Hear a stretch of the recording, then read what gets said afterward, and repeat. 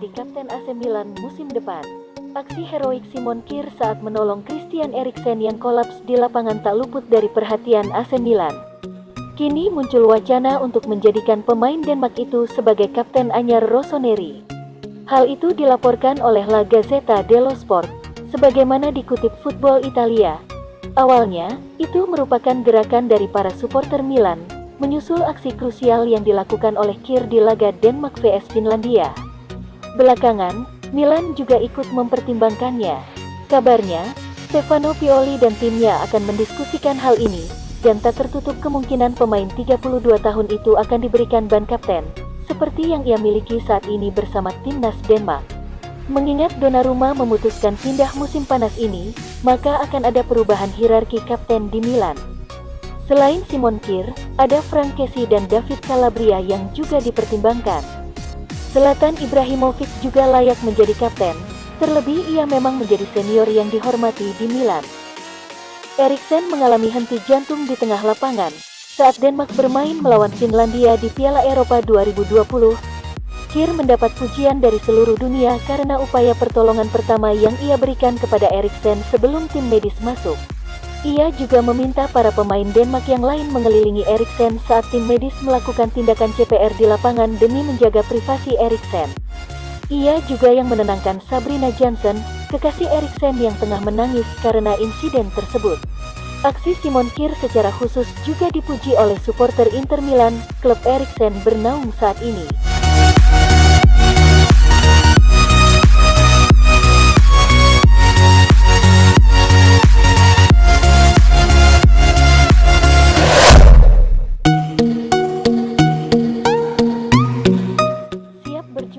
Kembali tempatnya, Romagnoli ingin bertahan di AC Milan.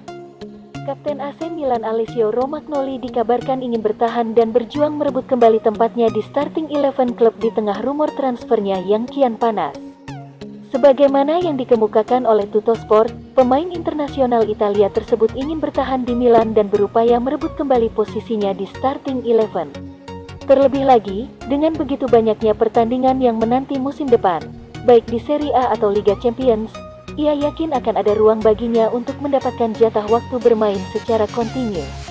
Kendati demikian, tanpa pembaharuan kontrak, mustahil bagi bek 26 tahun tersebut dipertahankan mengingat Paolo Maldini dan Ricky Massara tidak ingin mengulang kasus Gianluigi Donnarumma sehingga ia harus memperpanjang masa tinggalnya dalam beberapa pekan ke depan atau ia akan dijual pada bursa transfer musim panas ini. Akan tetapi, tidak mudah untuk mencapai kesepakatan, terlebih agennya Mino Raiola ingin kenaikan gaji dari 3,5 juta euro atau 56 miliar rupiah net per musim yang saat ini diterima Romagnoli, permintaan yang enggan dipenuhi Rossoneri.